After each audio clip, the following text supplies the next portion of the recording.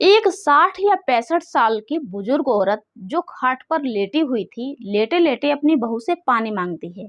बहू, मुझे पानी दे दे, बहुत ज्यादा प्यास लगी है, मेरा गला सूख रहा है। लेकिन बहू जो है उसको तो ऐसा लगता है कि उसे कुछ सुना ही नहीं दे रहा है। अब जो सास है वो काफी ज्यादा बोलती है, मुझे पानी दे दे, पानी दे दे। जब उससे बर्दाश्त नहीं होता है तो वो उठकर जाती है पानी खुद ही लेने के लिए। तभी उसका पैर फिसल जाता है, वो गिर जाती है। उसके जैसे ही वो गिरती है, अब उनके पति आ जाते हैं जो उन्हीं के उम्र के होते हैं, 65 या 70 साल के होंगे, वो आ जाते हैं। अब उनको ऐसी हालत में देखकर अपनी पत्नी को उन्हें काफी ज्यादा बुरा लगता है और वो पूछते हैं कि तुम खाट से क्यों उठी। वो कहती है कि मैंने बहू से पानी मांगा तो बहू ने मुझे पानी नहीं दिया, मुझे बहुत ज्यादा प्यास लगी है, इसीलिए मैं पानी लेने जा रही थी।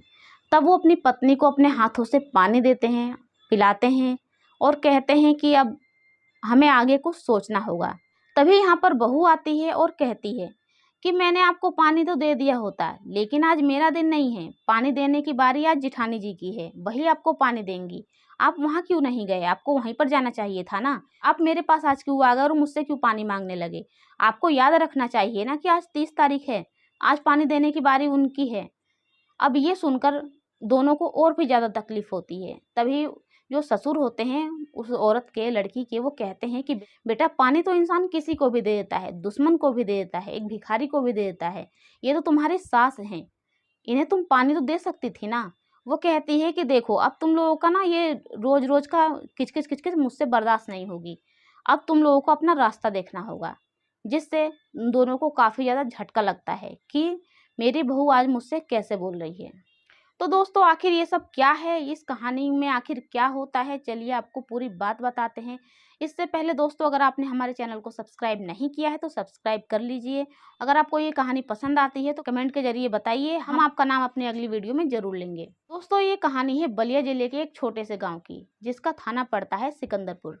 जहाँ पर एक किसान जिनका नाम बलदेव था, वो अपने माता पिता के इकलौते पुत्र थे। उनकी उनकी शादी हो जाती है ममता नाम की एक लड़की से। दोनों अपनी जिंदगी में काफी ज्यादा खुश होते हैं। ममता जो है वो कहती है कि आप बाहर क्यों नहीं चले जाते कमाने के लिए। लेकिन जो बलदेव होते हैं वो कहते हैं कि मेरी देखो इतनी ज्यादा खेती बाड़ी है, क्योंकि उनका 6 बीघा खेती भी होती है। कहते हैं कि मैं खेती बाड़ी करूंगा, अपना बिजनेस करूंगा और हम इसी तरह से आगे बढ़ जाएंगे। और अगर मैं चला जाऊंगा तो तुम्हारा ख्याल कौन रखेगा, यहाँ पर तो कोई ना कोई तो होना चाहिए ना, क्योंकि मैं अकेला हूँ। इसीलिए तो वो भी समझ जाती हैं, कहती हैं कि हाँ सही बात है, हम कैसे भी गुजरा बसरा करते हैं। और अब धीरे धीरे जो बलदेव है और जो ममता है, दोनों मेहनत करते हैं, मेहनत की बल पर दोनों काफी ज्यादा आगे बढ़ जाते हैं। तो अब ऐसे ही समय निकलता जाता है और बलदेव ममता जो हैं दोनों एक दूसरे के साथ मिलकर काफी ज्यादा मेहनत करते हैं, दोनों आगे बढ़ जाते हैं। दोनों एक छोटी सी दुकान खोलते हैं अपने गांव में, क्योंकि दूर दूर तक कोई दुकान नहीं होती है परचून की। वो दुकान भी अच्छी चलने लगती है, दुकान से अच्छी कमाई होने लगती है, इधर खेत से भी अच्छी सब्जियां निकल रही होती हैं, फल निकल रहे होते हैं। अच्छा खासा मतलब कमाई का जरिया बन जाता है दोनों। अब 6 बीघा खेती भी होती है, पैसे वाले बन जाते हैं। अब उन दोनों का एक पुत्र होता है नीरज। नीरज के पैदा होते ही ये लोग काफ़ी ज़्यादा खुश होते हैं। अब इनके पास एक बच्चा भी होता है, काफ़ी ज़्यादा खुश रहने लगते हैं। फिर 3 साल बीतते हैं, फिर एक और बेटा होता है जिसका नाम होता है सूरज। अब सूरज और नीरज दोनों भाई पढ़ने लिखने में काफ़ी ज़्यादा अच्छा होते हैं। बलदेव इन्हें खूब पढ़ाता है, लिखाता है, अच्छे स्कूल में पढ़ाता है, जो इनकी ज़रूरत होती है पूरा करता है। मतलब एक अच्छी देख रेख करता है और बहुत ही अच्छे से पढ़ाता लिखाता है। अब दोनों बड़े हो जाते हैं। जब दोनों बड़े हो जाते हैं, शादी करने के लायक होते हैं, तो बलदेव के पास कुछ रिश्ते आने लगते हैं। सब लोग कहते हैं कि तुम अपने बड़े बेटे की शादी कर दो जो है, लेकिन बलदेव जो है वो कहता है कि नहीं, मेरा बेटा जब तक अपने पैरों पर खड़ा नहीं हो जाता तब तक मैं शादी नहीं करूंगा। लेकिन गांव वाले और रिश्तेदार जो है वो कहने लगते हैं कि नहीं नहीं, तुम्हारा बेटा तो बड़ा हो गया है, शादी कर दो, अच्छा रिश्ता लेकर आते हैं रिश्तेदार जो होते हैं। तो अब बलदेव भी सोचता है कि क्यों ना मैं शादी ही कर देता हूँ अपने बड़े बेटे की। अब वो नीरज की शादी कर देता है। नीरज की पत्नी आती है जिसका नाम सीमा होता है। सीमा स्वभाव की काफ़ी ज़्यादा अच्छी होती है, वो अपनी सास की काफ़ी ज़्यादा सेवा भी करती है और अपने सास का हाथ बटाती है हर काम में, जिससे इन सबका परिवार काफ़ी ज़्यादा सुखी सुखी चलने लगता है। अब कुछ दिन बीत जाते हैं, फिर अब छोटे बेटे की बारी आ जाती है। छोटे बेटे की भी शादी हो जाती है, जिसकी पत्नी का नाम दीपा होता है। अब दीपा भी इस घर में आती है। कुछ दिन तक तो ये परिवार सुखी सुखी रहता है, खुश रहता है। 6 लोग होते हैं, ज़्यादा तो होते नहीं हैं। लेकिन अब धीरे धीरे दिन बीतता जाता है, घर में अब मनमुटाव और कलेश पैदा होने लगता है। जब ये सब कलेश होने लगता है तो बलदेव को जो है काफ़ी ज़्यादा बुरा लगने लगता है कि इतने दिनों से मेरा परिवार कितना ज़्यादा सुखी था, हम लोगों के चर्चे होते थे कि इन सबका परिवार कितना ज़्यादा अच्छा है, शांति से रहते हैं, आगे बढ़ रहे हैं, पढ़ाई लिखाई कर रहे हैं, जो भी करना है बिजनेस कर रहे हैं, आगे बढ़ रहे हैं, लेकिन ये मेरे घर में क्या हो रहा है। अब इधर जो नीरज और सूरज की पत्नी है आपस में काफ़ी ज़्यादा कलेश पैदा करने लगती हैं। दोनों जब काम पे निकले होते हैं तो फ़ोन कर कर के शिकायत करने लगती हैं, जिससे ये दोनों भी परेशान हो जाते हैं। करें तो क्या करें। वहीं इधर बलदेव सोचता है कि अपनी बहुओं से बात करनी पड़ेगी। वो अपनी बहुओं को अब एक दिन बुलाता है अपने सामने और कहता है कि बताओ आखिर तुम लोग चाहते क्या हो, आखिर ये झगड़ा क्यों हो रहा है। दोनों बहुएं कहती हैं कि देखिए पिताजी, झगड़ा तो खाना बनाने के लिए हो रहा है। छोटी बहू कहती है कि मुझे इतना ज़्यादा खाना बनाने आता नहीं है, मैं इनसे कहती हूँ कि आप खाना बना दीजिए और मैं घर का सारा काम कर लेती हूँ, लेकिन ये जो है खाना नहीं बनाती हैं। तो बड़ी बहू कहती हैं कि देखिए पिताजी, अब मैं अकेले रहना चाहती हूँ, आप ऐसा करिए कि हम दोनों को अलग अलग कर दीजिए, हम दोनों का बंटवारा कर दीजिए, हम अलग अलग रहेंगे। अब पिताजी भी सोच में पड़ जाते हैं, कहते हैं कि चलो देखते हैं। अब वो अगले दिन कुछ रिश्तेदारों को बुलाते हैं जो उनके खास रिश्तेदार होते हैं, बुलाते हैं और अब पंचायत बैठती है। सूरज और नीरज दोनों में बंटवारा हो जाता है।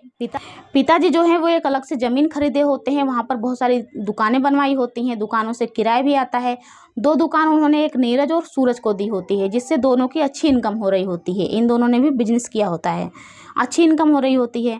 तो कहते हैं जो किराया आएगा मैं तुम लोगों को ही दे दूँगा, और जो घर है उन सब में मतलब हर चीज़ में आधा-आधा का बँटवारा दोनों में कर देते हैं। तभी जो बलदेव की पत्नी ममता है वो बलदेव से कहती हैं कि अच्छा आपने बंटवारा तो कर दिया, आधा आधा इन दोनों को दे दिया, लेकिन हम कहाँ जाएंगे, हमारे लिए भी तो आपको कुछ रखना चाहिए। जब तक हम मरेंगे नहीं तब तो उससे पहले हमारा खर्चा तो लगेगा ही ना, तो कौन उठाएगा हमारा खर्चा। अब रिश्तेदार भी कहते हैं सही बात है। रिश्तेदार कहते हैं चलो 1 महीने बड़ी बहू खर्चा उठाएगी तो 1 महीने छोटी बहू खर्चा उठाएगी। अब ये दोनों कहते हैं कि ठीक है हम खर्चा उठा लेंगे, 1 महीने मैं उठाऊंगी तो ये कहती है 1 महीने मैं उठाऊंगी। अब ऐसा ही बंटवारा हो जाता है। आज 30 तारीख थी, 30 तारीख से अगले 30 तारीख तक ऐसा ही होना था। अब जो बड़ी बहू होती है वो एक ऐसे चलने लगता है, बड़ी बहू 1 महीने खर्चा उठाती है, छोटी बहू 1 महीने खर्चा उठाती है। ऐसे ही करते करते कुछ दिन बीत जाता है। अब जो ममता है उनकी तबीयत काफ़ी ज़्यादा बिगड़ चुकी होती है, काफ़ी ज़्यादा बूढ़ी हो चुकी होती हैं। जो उन्होंने सोचा था यही होता है, काफ़ी ज़्यादा बूढ़ी हो चुकी होती हैं। अब उनको बिस्तर पर से उठा भी नहीं जाता, बीमारियों ने घेर लिया होता है।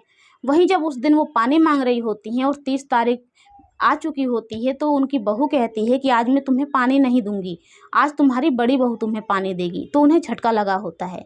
अब इस बात का बहुत ज़्यादा बुरा लगा होता है बलदेव को कि ये लोग पानी नहीं दे सकते हैं। तभी जो छोटी बहू का पति सूरज है वो आ जाता है, कहता है क्या हुआ।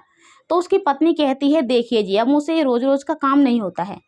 अब ऐसा कीजिए कि मुझसे माँ बाप का खाना नहीं बनेगा, मैं इन दोनों का खाना नहीं बनाऊंगी। अब इन्हें बड़ी बहू के पास जाना है जाएं, कहीं भी जाना है जाएं, लेकिन मैं तो इनका भार नहीं उठाने वाली। सूरज कहता है कि देखिए मम्मी पापा, मुझसे भी आप दोनों का भार नहीं उठेगा। जब ये खाना नहीं बनाएगी तो मुझे भी कोई मतलब नहीं है। अब मैं इससे डांटूंगा डपटूंगा नहीं, ना ही इस पर प्रेशर डालूंगा कि आप लोगों को खाना बना कर खिलाए। आप कहते हैं तो मैं बड़े भाई के पास छोड़ाऊँ, अगर वो भी नहीं रखना चाहेंगे तो आप कहें तो हम आश्रम में आप सबको छोड़ाएं, आप दोनों को, वहाँ पर आप अच्छे से रहेंगे, आप सबकी खातिरदारी भी हो जाएगी। अब ये बात सुनकर तो बलदेव और ममता माता पिता को इतना ज़्यादा झटका लगता है कि मतलब वो सोचते हैं कि इन दोनों के लिए हमने ज़िंदगी की सारी कमाई लगा दी, सारी मेहनत इन दोनों के लिए किया, और आज ये सब कैसे बातें कर रहे हैं। किसी भी माता पिता को होगा बहुत ज़्यादा, मतलब कि उन्हें दिल में बहुत ज़्यादा तकलीफ़ होती है। अब वो सोचते हैं क्या करें। तभी ममता कहती है कि आपको कोई ना कोई फ़ैसला तो करना ही होगा, वरना जब तक हम जिएंगे तब तक इधर उधर दर बदर हम ठोकर ही खाएंगे। तो वो सोचते हैं कि हाँ मुझे कुछ करना होगा। अब वो चुपचाप बैठे होते हैं, सोचते हैं क्या करें। तभी वो अपने दोनों बेटे और बहू को बुलाते हैं, कहते हैं बड़े वाले को भी बुलाओ। बुलाया जाता है, बहू भी आती है, दोनों आते हैं। कहते हैं कि ऐसा है कि ये घर मेरा है, अब तुम दोनों को इस घर से निकलना होगा, इस घर से तुम दोनों निकल जाओ। उसके बाद जो अब तुम दोनों के लिए जो मैंने दुकानें ली है और उनका किराया मैं तुम दोनों को देता हूँ वो भी नहीं दूंगा, और तुम दोनों ने जो उसमें दुकानें कर रखी है ना उसकी चाबी भी लाकर मुझे दो, और वो भी अभी के अभी इसी वक्त दो। अब दोनों सोच में पड़ जाते हैं क्या होगा क्या नहीं होगा, अब हम क्या करें। अगर हम चाबी दे देंगे तो ना घर के रहेंगे ना घाट के रहेंगे, क्योंकि सारा किया करा है तो माँ बाप का ही है, सही बात है। अब वो हाँ ना आपस में ही करने लगते हैं, लेकिन जो पिताजी होते हैं, बलदेव होते हैं, वो चाबी ले लेते, कहते चाबी दो जल्दी से, वरना मैं पुलिस में कंप्लेन करूँगा और तुम दोनों को फिर यहाँ से वो धक्के मार कर निकालेंगे बाहर। अब दोनों डर के मारे चाबी दे देते हैं और कहते हैं कि ये कल आज के आज ही ये घर खाली हो जाना चाहिए। अब जो बहुएं होती हैं वो कहती हैं कि अगर हमने घर खाली कर दिया तो जाएंगे कहाँ, और इन दोनों ने दुकानें बंद कर दी तो हमारे जो खर्चे हैं वो उठाएंगे कहाँ से हम, क्योंकि वो दोनों इतना अच्छा उनका बिजनेस चल रहा था, बिजनेस चलने की वजह से ही जो अच्छे खासे पैसे आ रहे थे, इसीलिए इन दोनों का दिमाग है ना वो काफ़ी ज़्यादा उड़ने लगा था। और अब ये सब ना ज़मीन पर नहीं थे, काफ़ी ज़्यादा उड़ रहे थे। इसीलिए अब इन जो बलदेव हैं इन्होंने दिमाग बहुत ज़्यादा अच्छा लगाया था। अब बहुएं इनके पैर पड़ जाती हैं, अपने सास ससुर के कहती हैं कि नहीं पिताजी आप हमारे साथ ऐसा मत कीजिए, हम जाएंगे कहाँ, हम तो कंगाल हो जाएंगे, हम तो रोड पर आ जाएंगे। तब वो कहते हैं कि तुम लोग अपने बारे में तो सोच रहे हो, सारा किया करा है मेरा और निकालोगे मुझे घर से। ऐसा है कि मैं अपने जीते जी ये सब कुछ किसी और को दे दूंगा, दान कर दूंगा, लेकिन तुम सबको इस घर में नहीं रखूंगा। वो हट कर देते हैं कि तुम सबको इस घर से जाना ही होगा।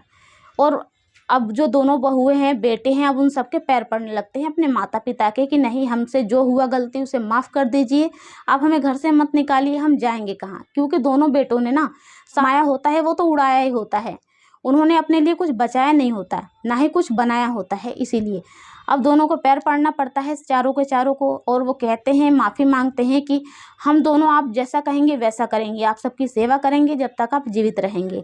तो दोस्तों ये ऐसे ही कहानी ख़त्म हो जाती है और अब यहाँ पर जो है वो आगे बढ़ने लगता है सब कुछ।